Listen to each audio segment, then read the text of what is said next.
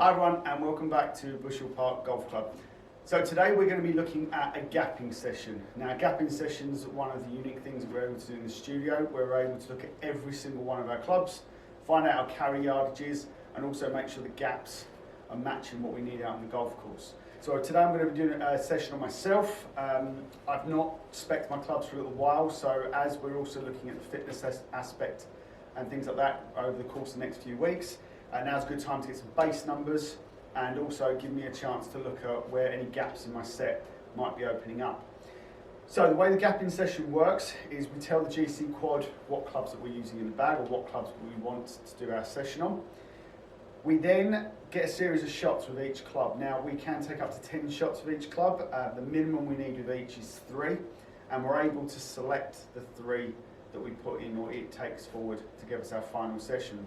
So if we do a particularly bad shot, we're able to take that out. Also, if we hit a particularly good shot, we're also able to take that out if we want to look at an average. So it doesn't just have to be your 3 best shots, it's your average of the 3 shots that you select to go forward. So what I'm going to do is I'm going to hit 3 shots of each club. We'll bring the data up, we'll show you some gaps that I'll find in my set, and then we'll show you ways that we're going to look at improving upon them, how we can change the gaps and how we can manipulate a set so we can cover every yardage throughout the golf course.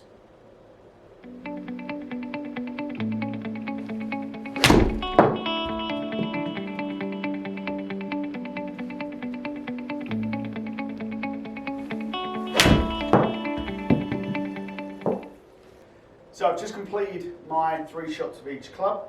A couple of shots I hit with maybe a 6, a 5, and a couple of wedges that we took out for the process because one was hit particularly well, one was hit particularly poorly.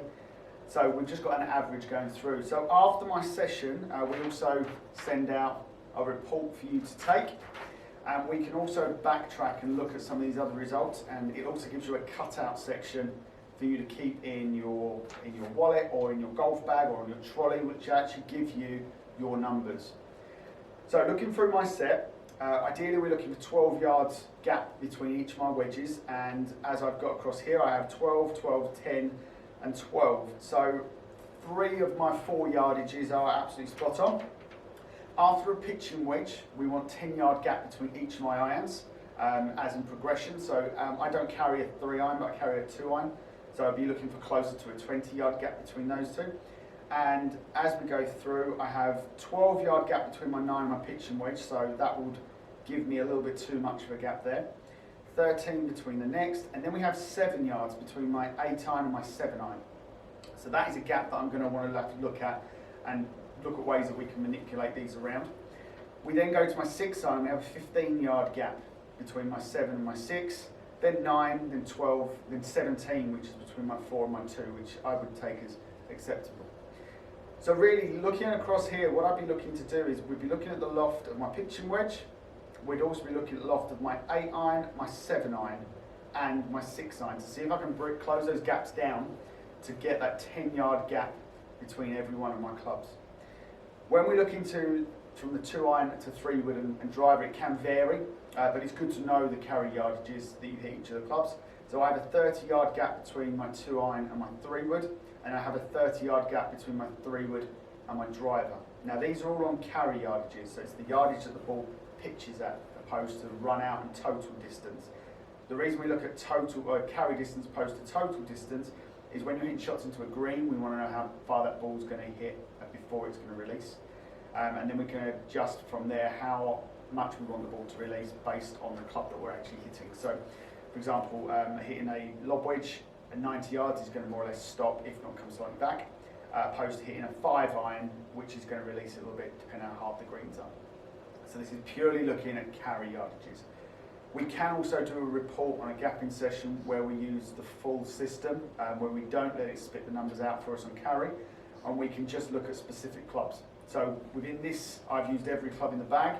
What we normally use this particular gap test for is particularly good for irons. So if we want to know how far each of the irons goes. When we look into long irons, hybrids, fairways and drivers, we would tend to use the practice session, which will give us full data on each of the shots. Things like how high the ball's going at the top of its peak, how far at the angle which it's landing, and things like that are going to affect what way we want to bend these clubs. This session is more about knowing the numbers once we've done that full program. So from this, I'm going to be looking at bending, like I say, my 9, 8, 7, 6. We're going to look at the loft and lies on those 3 clubs, or 4 clubs in particular.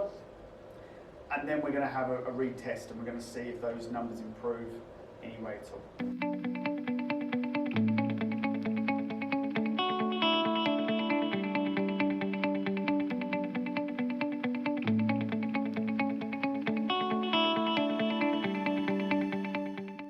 Right, so looking at the loft of these 4 clubs, what we've found is that the lofts are out compared to what the sheets would say they are, or what I would like them set to. So in my set, I always have 4 degrees gap between each of my wedges, and right the way up into my 7 iron, I've got 4 degrees in between each club.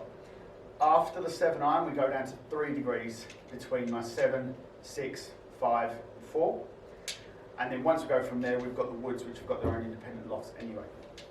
So what I'd like to see in my set is 42 degrees for the 9 iron, and then we go 38 for the 8, 34 for the 7, and then we go down to the 6 iron, which is going down to 31. So that would be the yardages that I'd like to see in that set. Now my 6 iron is coming out a little bit strong at 30. My 7 iron is actually as it should be. So that gap we have between the 6 and the 7 is slightly explained there. The 8 iron, which was the biggest jump in yardage and also the smallest gap between these two, is also a lot stronger than it's necessarily meant to be. So when we tested this one, the 7 iron, like I say, should be coming out at 34. This was actually coming out at 36, so only a 2 degree gap between these 2 clubs, which is why we had an open gap between the 9 and a smaller gap between the 8 and the 7. So what we do there, now we've highlighted the issue in the set and we've checked and confirmed that the lofts are out, we bend the lofts back to what they should be for the set makeup, and then we do a retest just on these 4 clubs just to check the yardage gap between each of these again. So I hope you've enjoyed watching today. Please like and subscribe below. We try and bring as much content as we can to you, and if you have any suggestions on future videos, please feel free to comment below. But for now, hope everyone stays safe, and we'll see you all really soon.